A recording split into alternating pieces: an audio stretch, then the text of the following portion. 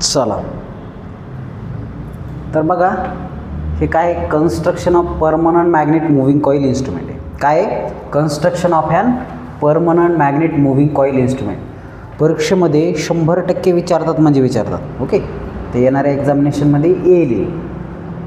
तर इथं बघा एन आणि एस पोल आहे आणि मधामध्ये काय आहे, एक ॲल्युमिनियमचं फॉर्मर आहे. काय आहे, ॲल्युमिनियमचं फॉर्मर आहे आणि त्याच्या भोवती काय वाइंड केलेले आहे, वाइंडिंग. ओके, कॉपरची वाइंडिंग आहे, ॲल्युमिनियमचं फॉर्मर आहे आणि त्याच्यावर कॉपरची वाइंडिंग वाउंड केलेली आहे. ओके, त्याच्यानंतर हे दोन कुठं कनेक्टेड आहे, स्पिंडलवर. कुठं कनेक्टेड आहे, स्पिंडल. आणि ह्या स्पिंडलवर दोन स्प्रिंग आहेत कंट्रोलिंग टॉर्क प्रोव्हाइड करण्यासाठी. आणि हे सगळं कन्स्ट्रक्शन कुठे, बेरिंगमध्ये अटॅच. हे कुठं आहे कनेक्टेड, बेरिंगमध्ये अटॅच आहे. तर दोन मॅग्नेटिक पोल पेअरमध्ये काय करा, एक ॲल्युमिनियमचं फॉर्मर कनेक्ट करा आणि त्या फॉर्मरच्या वरून कॉपरची कॉईल वाउंड करा. आता आपल्याला माहिती आहे एनकडून एसकडे काय होणार आहे, फ्लक्स जाणार आहेत. Flux is passing from N pole to S pole. आता त्याला काय केलं आहे, या फॉर्मरला ते स्पिंडलवर कनेक्टेड आहे आणि असं हवेमध्ये लटकलेलं आहे, एन एस पोल आहे. आता हे कुठे दोन बेरिंगमध्ये कनेक्ट केलं आहे आणि त्याला काय लावलं, स्प्रिंग लावलं आणि त्याला एक पॉइंटर आहे. ते पॉइंटर काय करेल, स्केलवर डिफ्लेक्शन दाखवेल. आता हे काय आहे, फ्लेक्झिबल लिगामेंट म्हणजे दोन कनेक्शन. या कनेक्शनमधून काय होईल, करंट जाईल. आता कॉईलमधून करंट फ्लो झाला, करंट आणि फ्लक्स जर म्युच्युअली परपेंडिक्युलर झाल्या तर काय होईल, फ्लेमिंग्स लेफ्ट हँड रूलने टॉर्क तयार होईल आणि हे डिफ्लेक्ट होईल. आता हे जर डिफ्लेक्ट झालं तर तुम्हाला ह्या स्केलवर काय भेटेल, रीडिंग भेटेल. या टाईपच्या कन्स्ट्रक्शनला आपण काय म्हणतो, construction of permanent magnet moving coil.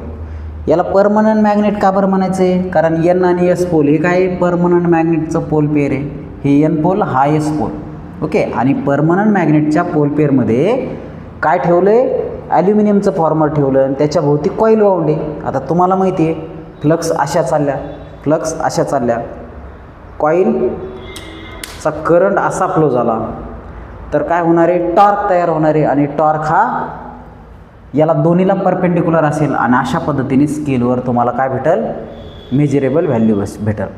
तर परमनंट PMMC म्हणजे काय, परमनंट मॅग्नेट मूव्हिंग कॉईल. तर डिफ्लेक्टिंग टॉर्क किती असेल, NBAI एवढी असेल. एन म्हणजे काय, नंबर ऑफ टर्न्स.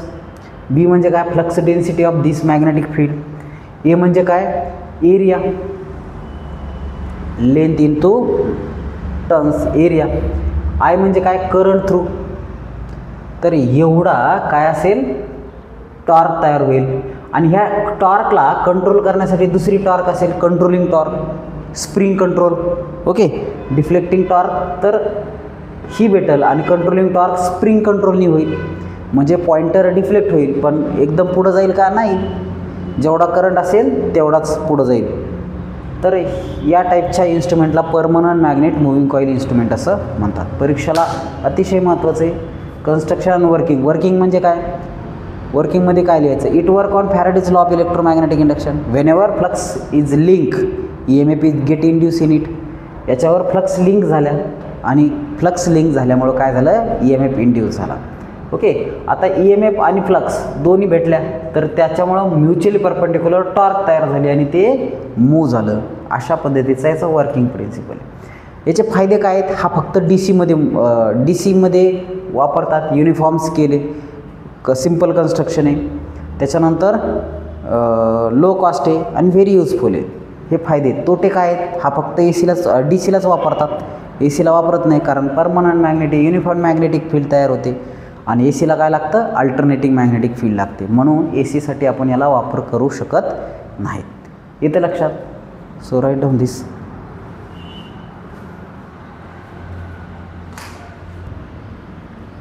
बघ, हे काय आहे, MI इन्स्ट्रुमेंट. आत्ता आपण काय बघितलं, PMMC इन्स्ट्रुमेंट. आता हे काय बघतो आपण, MI इन्स्ट्रुमेंट. MI म्हणजे काय, मूव्हिंग आयन. इथं कॉईल मूव्ह होत होती, इथं म्हणजे PMMCमध्ये कॉईल मूव्ह होत होती. इथं काय होतं आहे, आयन मूव्ह होतं आहे. आता हे बघा, हे एक बॉबिन आहे, हे काय आहे, बॉबिन आहे आणि त्या बॉबिनला कॉईल वाउंड केलेली आहे. त्या बॉबिनच्या भोवती काय केलेलं आहे, कॉईल वाउंड केलेली आहे. आणि हे काय आहे, काउंटर वेट आहे. हे काय आहे, हे बॅलन्स वेट आणि हे काउंटर वेट. आणि हा तुमचा आयन पीस आहे. हा काय आयन पीस आहे. जसं कॉईल वाउंड असल्यामुळं काय होईल, आता इथं याला सप्लाय दिला, ह्या कॉईलला काय होईल, ही कॉईल एनर्जाईज होईल. कॉईलला सप्लाय दिला तर कॉईल काय होईल, एनर्जाईज होईल. एनर्जाईज झाली की ह्या आयन पीसला अट्रॅक्ट करेल. हे काय करेल, आयन पीसला अट्रॅक्ट करेल. जसं आयन पीसला अट्रॅक्ट केलं तर पॉइंटर डिफ्लेक्शन देईल स्केलवर. पॉइंटर डिफ्लेक्शन देईल स्केलवर. आता इथं कंट्रोलिंग टॉर्क कोण प्रोव्हाइड करते, काउंटर वेट आणि बॅलन्स वेट. तिथं स्प्रिंग करत होती, इथं काय करते, काउंटर वेट आणि बॅलन्स वेट प्रोव्हाइड करते. म्हणजे जास्त करंट आला तर जास्त डिफ्लेक्शन होणार आहे आणि त्याला काउंटर करण्यासाठी वजन ग्रॅव्हिटेशनल फोर्स दिलं आहे. ओके, काउंटर वेटने. हे ग्रॅव्हिटी कंट्रोल आहे, ते स्प्रिंग कंट्रोल होतं. आता डॅम्पिंग टॉर्क, इथं एअर फ्रिक्शन डॅम्पिंग आहे. म्हणजे तुमचं पॉइंटर मूव्ह होऊ नये, एका पर्टिक्युलर पॉईंटला किंवा पर्टिक्युलर मेजरिंग व्हॅल्यूला पटकन जाऊन थांबावं, त्यासाठी एअर फ्रिक्शन डॅम्पिंगचा इथं वापर केला. तर या टाईपच्या इन्स्ट्रुमेंटला अट्रॅक्टिव्ह MI इन्स्ट्रुमेंट म्हणतात. MI इन्स्ट्रुमेंट म्हणजे काय, आयन मूव्ह होतं आहे, हे आयन पार्ट आहे ना तो मूव्ह होतो आहे म्हणून MI इन्स्ट्रुमेंट. आणि अट्रॅक्टिव्ह MI का बरं, कारण सप्लाय दिला तर हे आयन पीस अट्रॅक्ट होतं आहे ना, अट्रॅक्ट झालं की पॉइंटर डिफ्लेक्शन देतं आहे म्हणून याला अट्रॅक्टिव्ह MI इन्स्ट्रुमेंट म्हणतात. आता दुसरं आहे रिपल्सिव्ह MI इन्स्ट्रुमेंट. काय नाव याचं आहे, repulsive MI instrument. Repulsive MI instrument याच्यामध्ये काय होतं, फोर्स ऑफ रिपल्शन होतं. आता ही कॉईल आहे. ओके, कन्स्ट्रक्शन तर सोपं याचं. तर याच्यामध्ये ही कॉईल आहे आणि त्याच्यानंतर ह्या फिक्स वेन आणि मूव्हिंग वेन. तर ही मोठी जी दिसते ती फिक्स वेन आहे. ओके, ही फिक्स वेन आहे आणि ही बारकी जी दिसते ही मूव्हिंग वेन आहे. आता सप्लाय दिला तर काय होईल, फिक्स वेन फिक्स राहील आणि मूव्हिंग वेन काय होईल, या फिक्स वेनपासून रिपेल होईल. पहा, ही फिक्स वेन आणि ही मूव्हिंग गेली, त्या फिक्स वेनमुळे हे रिपेल होईल आणि जेवढं रिपेल होईल तेवढं त्याचं डिफ्लेक्शन होईल. आणि ते स्पिंडल जे आहे, हे स्पिंडल बेअरिंगच्या मध्ये कनेक्टेड आहे. तर हे स्पिंडल काय होईल, मूव्ह होईल आणि जेवढं स्पिंडल मूव्ह होईल तेवढी तुमची स्केलवर डायलवर रीडिंग येईल. ओके, तर हे रिपल्सिव्ह प्रिन्सिपलवर वर्क करतं आणि हे अट्रॅक्टिव्ह प्रिन्सिपलवर वर्क करतं. आता इथं कंट्रोलिंग टॉर्क कोण प्रोव्हाइड करतं आहे, spring control. Okay, controlling torque spring कंट्रोलने प्रोव्हाइड होते. कॉईलला सप्लाय दिला, कॉईल एनर्जाईज होईल आणि फिक्स वेन आणि मूव्हिंग वेन याच्यामध्ये काय फोर्स ऑफ रिपल्शन तयार होईल. मग फिक्स वेन काय करेल, मूव्हिंग वेनला ढकलेल, रिपल्स करेल आणि जसं रिपल्शन होईल तसं हे अख्खं स्पिंडल मूव्ह होईल. स्पिंडल मूव्ह झालं की पॉइंटर काय करेल, मेजरिंग व्हॅल्यू दाखवेल. कशावर, स्केलवर. तर या टाईपच्या इन्स्ट्रुमेंटला आपण काय म्हणतो, रिपल्सिव्ह MI इन्स्ट्रुमेंट म्हणतो.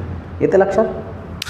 सो ड्रॉ दिस. आता बघा याच्यामध्ये डिफरन्स बिटवीन PMMC आणि MI इन्स्ट्रुमेंट हा अतिशय महत्त्वाचा प्रश्न आहे, परीक्षेला विचारतात. तर हे पहा, एक तर construction working of PMMC instrument, त्याच्यानंतर MIचं इन्स्ट्रुमेंट, MIमध्ये अट्रॅक्टिव्ह आणि रिपल्सिव्ह. तर हे जे 4 क्वेश्चन दिसतात त्या 4मधले किमान 2 तरी परीक्षेला असतील MSBTच्या. तर हे सिम्बॉल आहे कशाचा, MI इन्स्ट्रुमेंटचा. हे AC आणि DC दोन्हीसाठी पण उपयोग आहे याचा आणि PMMC फक्त DCसाठी वापरतात म्हणून हे इन्स्ट्रुमेंट जास्त वापरतात. येतं लक्षात. सो ड्रॉ दिस.